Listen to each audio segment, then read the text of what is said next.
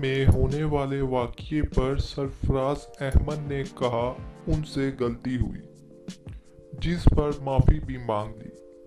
سرفراز کی کراچی میں پر اعتماد نیوز کانفرنس ہوئی، جس میں بولے کپتانی کے لیے گرین سگنل پہلے بھی تھا اور آگے بھی ہے، بورڈ کو پتہ ہے کیا کرنا ہے۔ سرفراز نے کہا ان سے غلطی ہوئی، جس پر انہوں نے معافی مانگ لی۔ ایک لفظ کو لے کر ایشو بنا دیا گیا۔ وکٹ کے پیچھے بولنا عادت ہے جسے بدل نہیں سکتا۔ والدہ نے بھی کہا اتنی سی بات پر میرے بچے کو کیا کچھ کہہ دیا۔